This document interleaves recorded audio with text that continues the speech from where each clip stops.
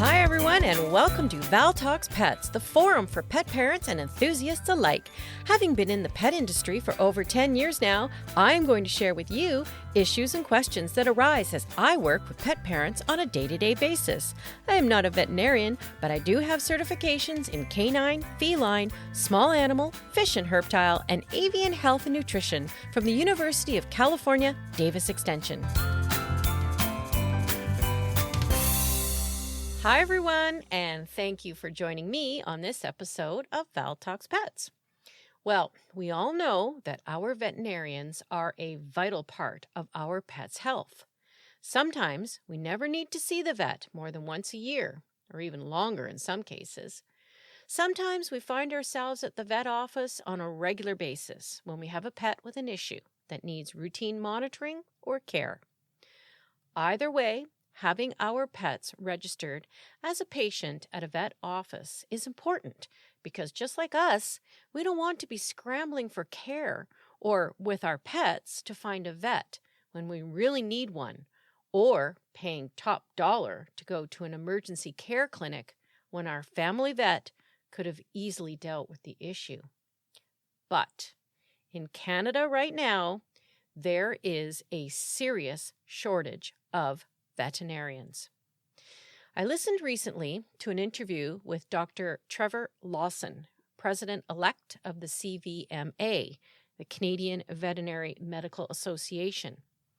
And he said that 1 in 5 veterinary clinics have had to cut hours of operation due to a lack of vets. According to Macleans.ca, Mississauga, Ontario's Clarkson Village Animal Hospital was a 24-hour clinic.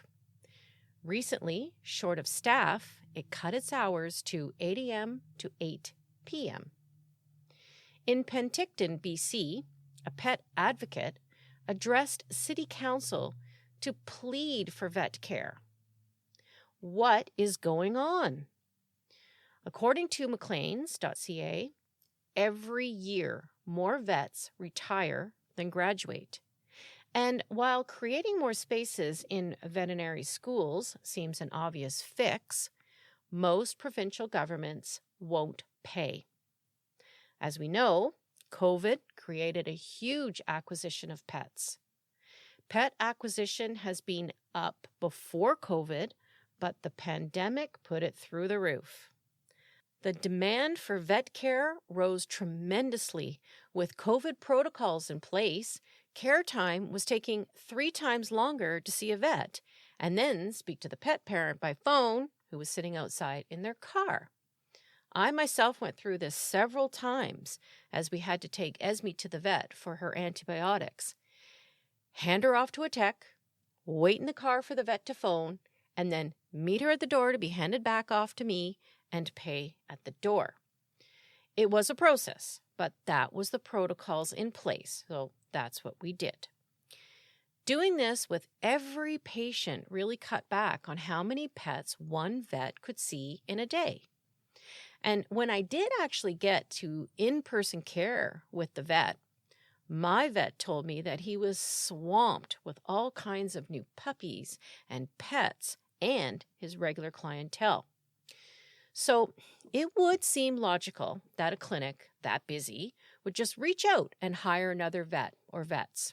Yes, that sounds logical, but in practice, not so easy.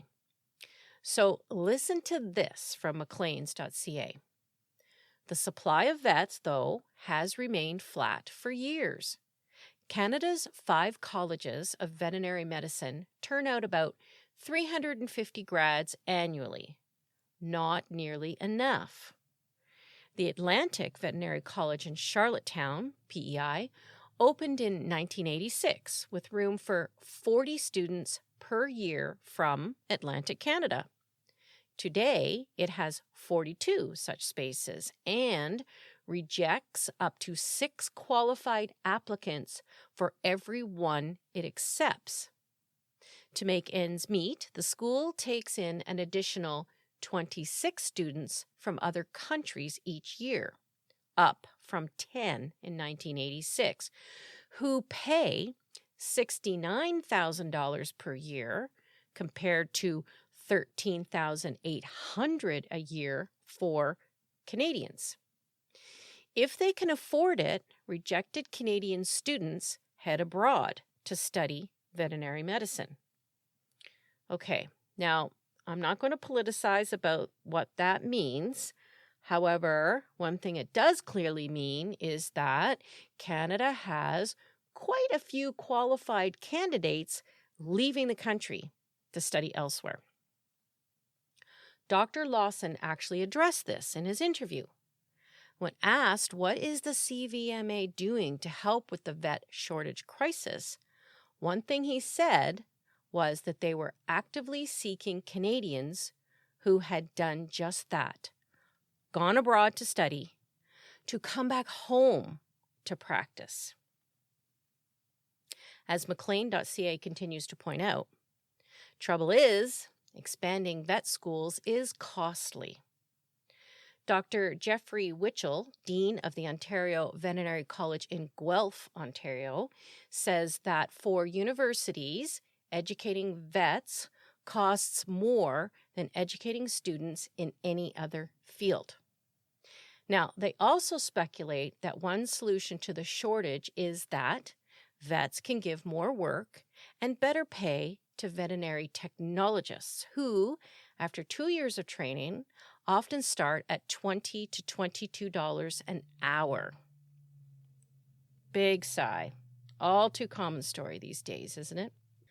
So, as ottawa.citynews.ca points out, the factors into the current shortage include vets reducing the number of hours to avoid being overworked, many leaving the field in general, and the influx of people getting pets during the pandemic. We were so used to calling our vet and getting an appointment the next day or even that afternoon. Now we are waiting up to 3 weeks in some cases to see the vet. Having said that, I do find that if there is an acute situation or emergency, the clinic will respond immediately. But I needed to take our store cat to the vet for an issue, and it was a 2-week wait before I got an appointment. Sounds like me trying to get to see the doctor. The other side of this vet shortage, which is not being brought to the forefront as much as it should be, and that is with large animal practice. Farmers with livestock are really feeling the pinch because they are double whammied because one of the critical vet shortage areas is in the rural communities.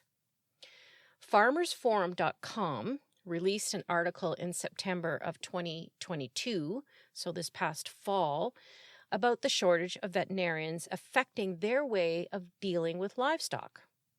The article points out that farmers often take care of many medical issues with their livestock, but there are times when a large animal vet is required for emergencies. Godfrey Tyler, an experienced livestock farmer in Haliburton, Ontario, said in an interview for the Farmers Forum that in an emergency, he shudders with the thought as he says, "I don't know. I'll probably have to shoot animals." How do you say that to people? The article states that before 2021, Haliburton area farmers had a local vet who could attend to local emergency calls. But at the start of 2021, Dr. Amy Koish-Fillion suspended offering on-call services to big animals and limited her practice to in-house visits. One of her colleagues was leaving the clinic to return to Ireland, meaning the clinic couldn't continue to serve farmers. It seems that not many vets are interested in mixed practice, large and small, and on-call is not enticing. I watched an episode of The Incredible Dr. Paul the other day, and out went Dr. Paul to a dairy farm to deal with an issue while his dinner went back into the oven to stay warm. He said it was important to him to make sure that the livestock farmers stay farming, as these guys are the reason he is in business. How poignant a perspective when we look at what is happening now. In Halliburton, there is the Northern Producer Animal Health Network. This network is monitoring Halliburton County's vet shortage. The Farmers Forum explains that the network oversees the Veterinary Assistance Program, which since 1945 gives extra compensation to vets for providing their services to rural farmers in Northern Ontario regions. The service now provides vets $1.20 per kilometer they travel to attend a farm for an emergency call. This makes vet services more affordable to farmers as they only have to pay for the service and not additional mileage fees. Godfrey Tyler said he knows vets in Lindsay and Bracebridge who could theoretically make the trip to his farm if needed, but they would charge about $250 before they start. Then they could charge $2 to $3 per kilometer as a mileage expense because they are not part of the Veterinary Assistance Program. The rest of the article is heartbreaking. It seems like livestock farmers are between a rock and a hard place. The financial implications are tremendous, but I keep thinking how gut-wrenching it must be to be in the position of watching one of your own large animals, livestock or not, suffering to the point of having to end the situation at your own hands, knowing that if one person with the training and knowledge would just separate money from vocation in emergencies, so many animals would not be forced to suffer. One thing that Dr. Lawson strongly suggested in his interview with CTV Your Morning was being very proactive on planning for preventative care, being absolutely critical, resulting in fewer emergencies and sick animals. I firmly believe that taking a proactive approach with our pets' health and well-being is the way to go. We need to think about all the things we can do to mitigate extra vet visits, not only to ease the financial stress, but also because, as we can see now, getting to the vet may be a 2-week wait. So my next episode will be dedicated to going over what preventive care for our pets is all about. In the meantime, the vet shortage in Canada is being considered a crisis. Should we be concerned? Absolutely. For me, I want to know that when I need advice and a diagnosis for my pet, I am talking with someone who has worked hard in vet school, dedicated themselves to the profession, and is passionate about animals. I feel particularly concerned for the situation with large animals. The crisis with farm animal vet care really is concerning. I can't imagine how helpless many farmers are feeling, knowing that there just isn't anyone to help them, or if there is, they will be charged an arm and a leg. Which, as we know, that will eventually drive prices up for consumers. I'm sure there are some large animal vets out there that are ready to take that 3 a.m. call for help, but it seems they are becoming fewer and farther between. I guess being the next James Herriot isn't enticing anymore. That means that government and associations have to make it enticing, and veterinary colleges have to increase large animal education and practice. The only way they can do that is through increased funding by government. How do we get the powers that be to realize how important it is to make animal care one of the priorities? So many questions really surround this issue. In the meantime, make sure you know what hours your vet clinic is keeping these days, and maybe encourage your children to look into the sciences. Perhaps veterinary medicine might be a calling. And I really do mean a calling. To be honest, I don't want to be seeing the vet who is there because there's money to be made. I want the vet who has always wanted to work with animals and sees helping animals before dollar signs. And I do need to say that there are those vets.